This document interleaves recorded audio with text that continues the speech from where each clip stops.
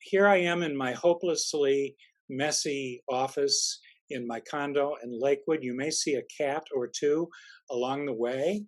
And in the background, you can see that bookshelf. It's filled with DVDs and even VHS tapes of movie musicals, of course. If you went into the next room with me, you would see literally thousands of CDs and LPs and even cassettes because, you know, some of us still like to collect the physical copies, don't we? So there. Yeah, I can see from the side of the screen that we've got people lined up with questions. You're going to be chatting with me by writing them out. But first, since we have never, ever done this before, I want to make 3 requests. Number 1, as you just read on the screen a moment ago, do not type out any questions unless they relate to royal wedding. That's not to say that I don't answer personal questions. I do. But if you want to ask me a personal question, email me at bill@musicaltheaterproject.org. Number 2, some of you come to our concerts and you say to me, how do you know so much about musicals? And I always say, look, there are lots of people out there who know just as much as I do, or even more than I do. So tonight, I may not be able to answer the question that you have written out in chat. I really may not be able to do it. If I can't, what I'm hoping is that another viewer, maybe Bruce Amsel, he's an example, will type out the correct answer and I'll be able to share it with you. But if nobody knows the answer, then email me again. And here comes that easy email address, bill@musicaltheaterproject.org. Got it? Got it. And one more request.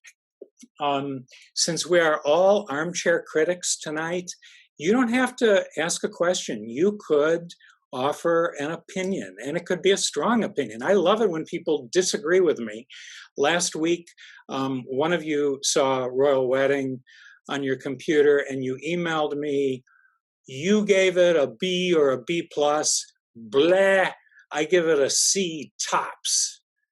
But that was great because you told me why and you had some really good reasons. So I encourage opinions. Yes, I do. I know how to get this off to a rip-roaring start because I know what the first question is going to be. It's always the first question when anybody watches Royal Wedding. Let's see, if I look over here, let's see if I'm right.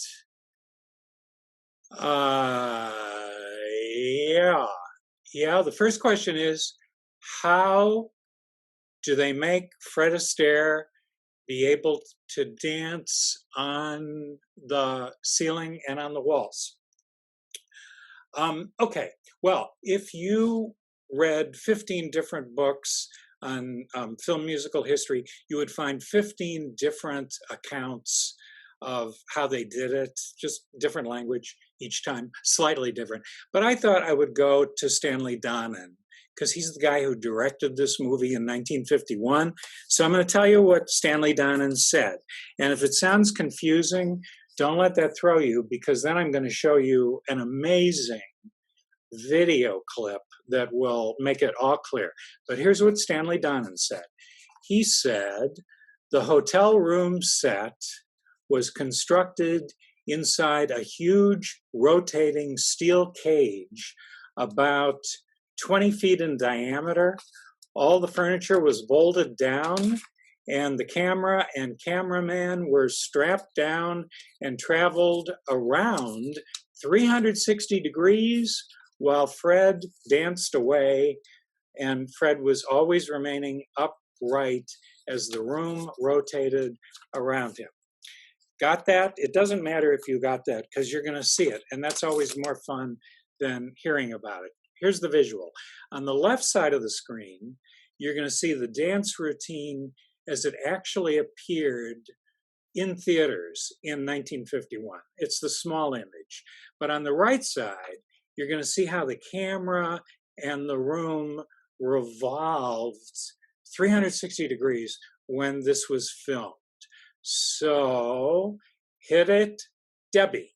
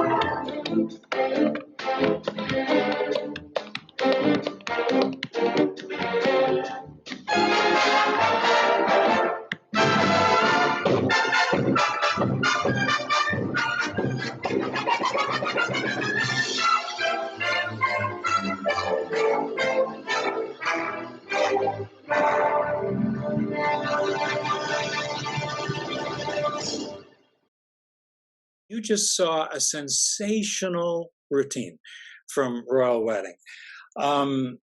Absolutely sensational. It's a tour de force, partly because it contains all kinds of surprises from Astaire in the dance, because he was so imaginative.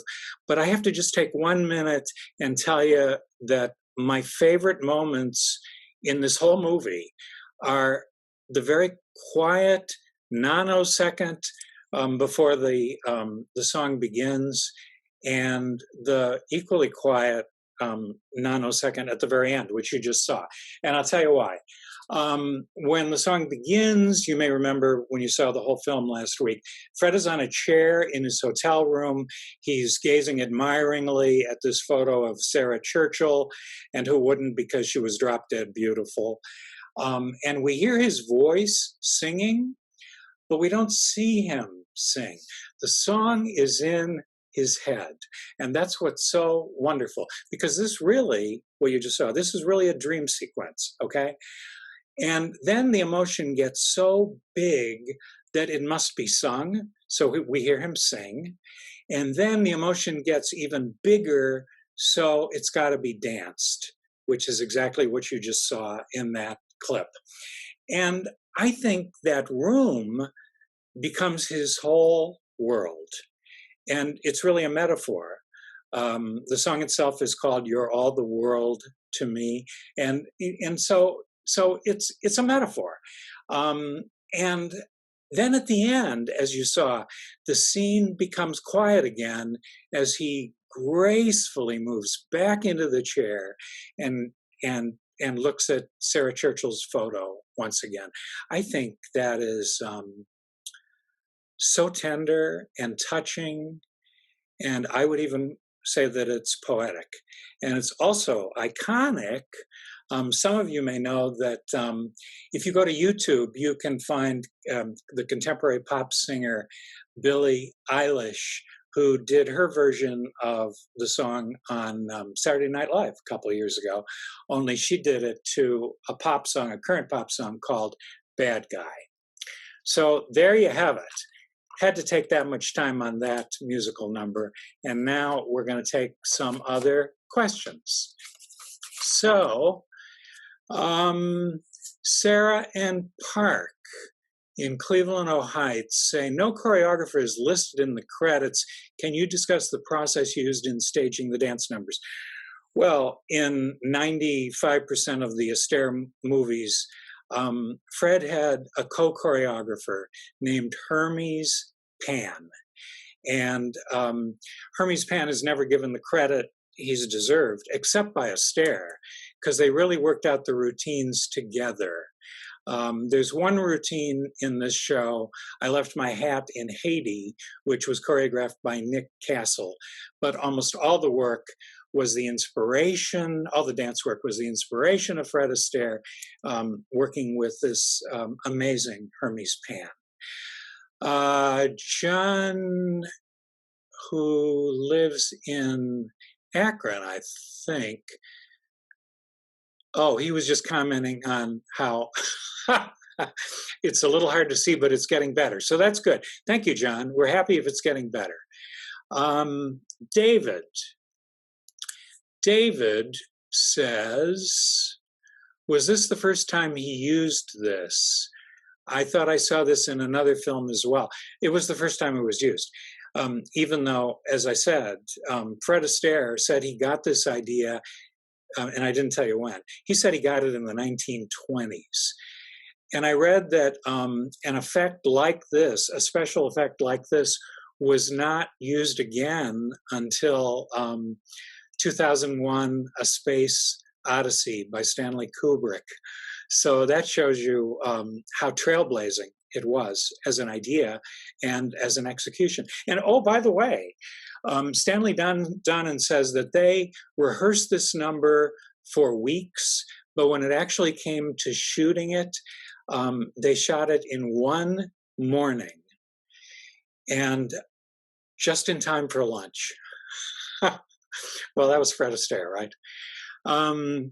Karen from Lakewood says, I agree that Jane Powell's singing was soprano on steroids, which is what I sort of cruelly called it last week when I did the preview. But she says, why did the director choose to go along with that style? Oh, because when you hired Jane Powell, that's what you got. You know, I mean, I'm not a Jane Powell fan because Jane Powell always made it about her voice and not really about the song. And I think her big ballad in this movie, which is Too Late Now by Burton Lane and Alan J. Lerner, I just think it deserved a much more understated rendition. But that's my own bias. There may be lots of big Jane Powell fans out there, and blessings to you if you are. Heathcliff, who lives in Los Angeles, says, oh, sorry, that's my email, but that's not as important as this. Heathcliff says, I think it's one of the worst scripts for an AMGM musical of that period. Whoa, Heathcliff, wow. Was there any indication that you are aware of that they knew the script was problematic? No. Arthur Freed, who was the producer at MGM at that time, who headed the Freed unit, who brought Alan J. Lerner to Hollywood. Arthur Freed liked the script, and you know, it looked like it was going to be fine. But remember that Alan J. Lerner was only 31, and this was the first work he had ever done in Hollywood. He had just done Brigadoon and Love Life on Broadway, but this was his Hollywood debut. So they shot it and they all were relatively pleased with it. But then when it was all said and done, Heathcliff, I think you probably know that Alan J. Lerner basically loathed his script. But as I also said last week, it was a big hit. It made a lot of money in 1951. So it was Alan J. Lerner off to the races. And later that year, his screenplay for An American in Paris was released.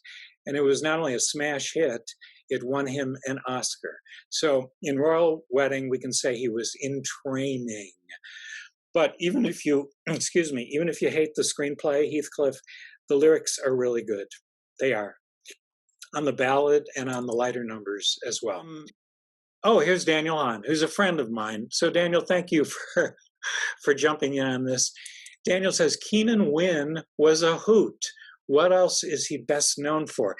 You know, that's a question that one of you may need to answer on this chat, or I'll get back to you, Daniel.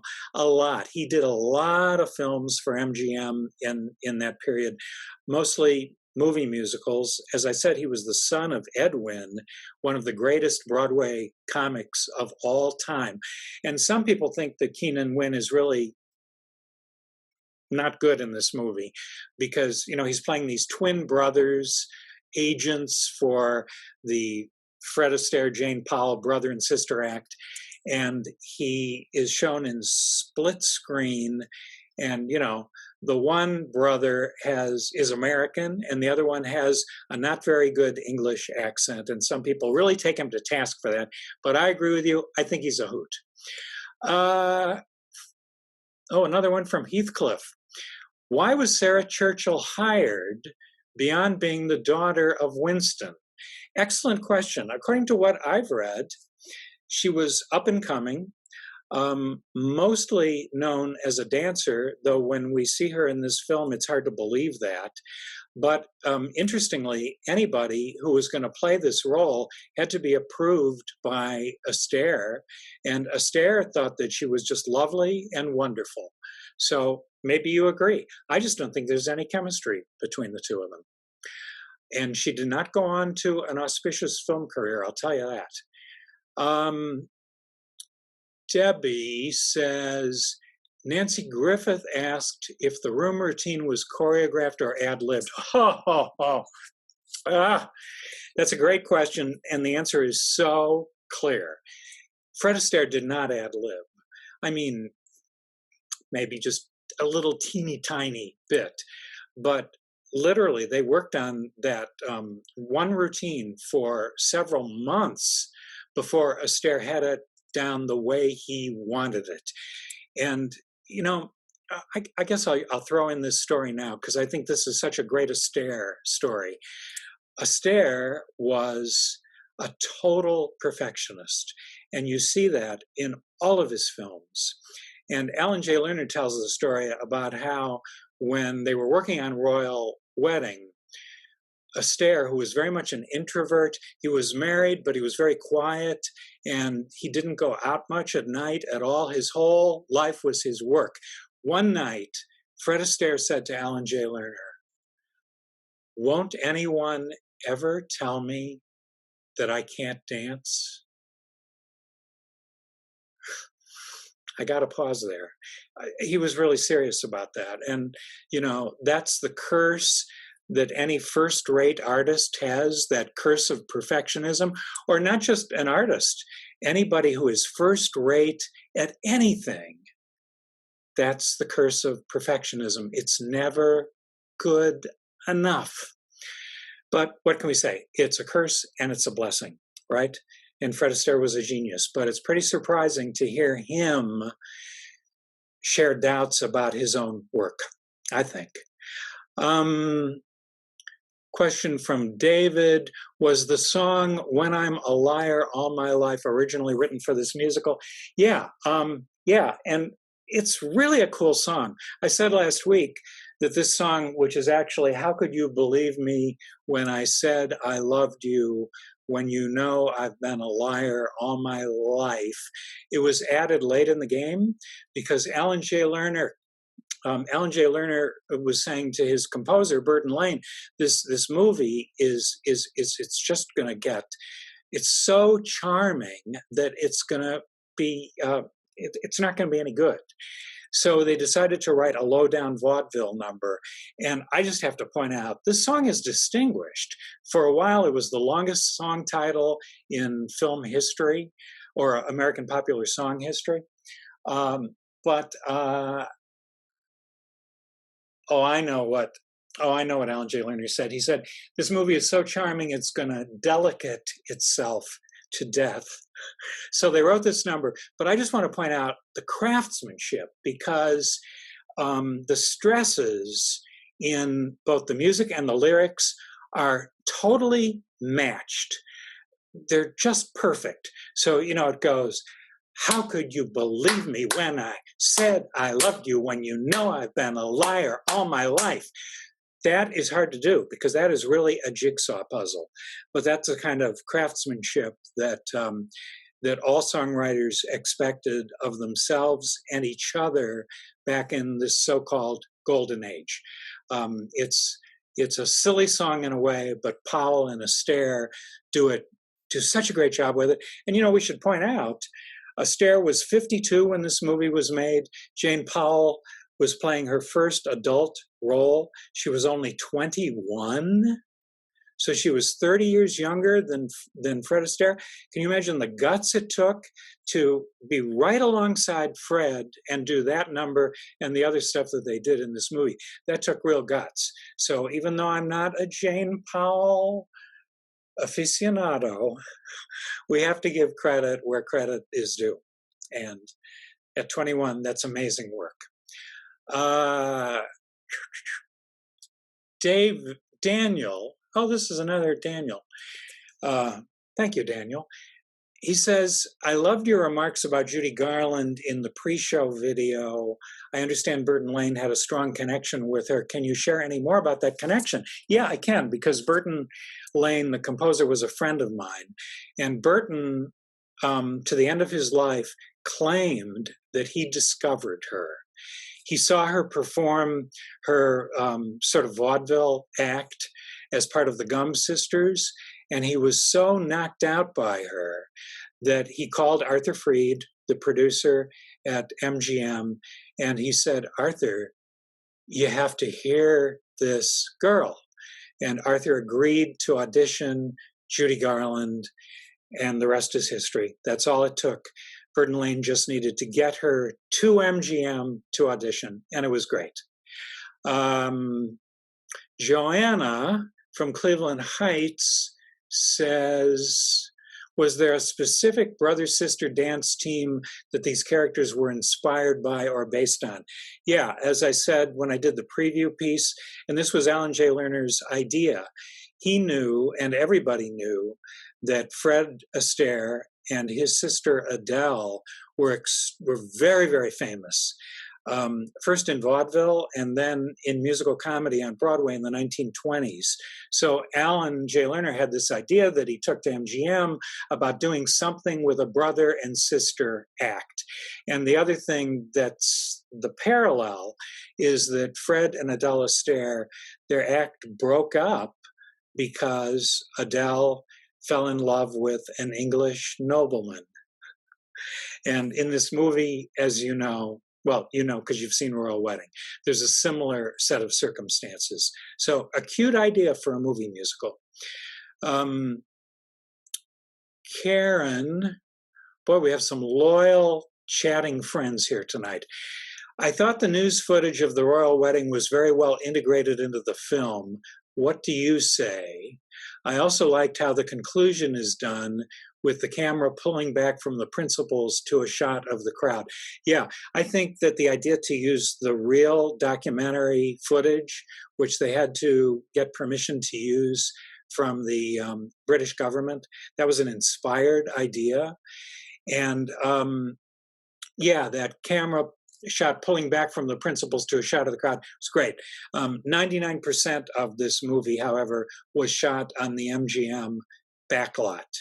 And nobody has asked me about how they do the number where Fred and Jane are dancing, but there's a storm. They're on a boat, and there's a storm, so there's a rocking of the boat, and that's a cool story too, because MGM, which was equipped with everything in those days, they actually had a set on the back lot at MGM that was a set that rocked as a boat could rock, and they used it in movies about boats.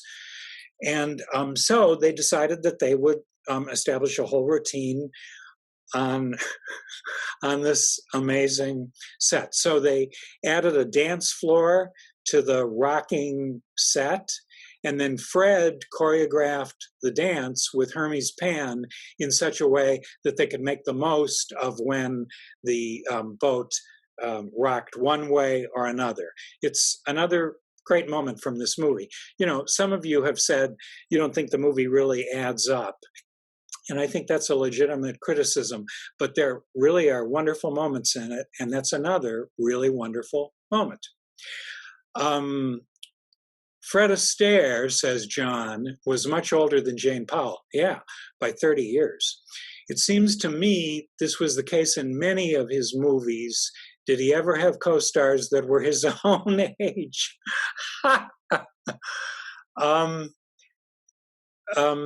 Send me an email about that, John, and I'll check it out for you.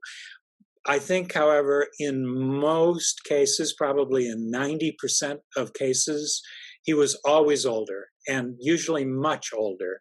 And we can look back on that now and say that's an example of sexism as exemplified by Hollywood during that period. Or, you know, we can say that that was Fred Astaire wanting to work with women who were much younger than he was. Whatever your interpretation, it's fine. But yeah, they were almost always younger. As far as I know, though, the longest age range, the biggest age range was between Jane Powell and Fred Astaire. But Fred wanted Jane. He knew what she could do as a child performer. And at 21, as far as he was concerned, she was old enough. Oh, yeah. I just got a chat from Debbie saying that our time is almost up. So, yeah. Well, I guess if I'm going to say goodnight, what I want to say is that this is the first of our series. And we're going to, you know, learn as we go and have a good time together as we watch these movies together on our computers. I will be back, and I'll tell you that our coming attraction, you're not going to be surprised by this. It's Easter Parade, starring Fred Astaire and the much younger Judy Garland, 1948, once again, MGM at the peak of its powers. Until then, I'm Bill Rudman from the Musical Theater Project. Thank you so much for wanting to be part of this, and let's make it a club, okay? Good night.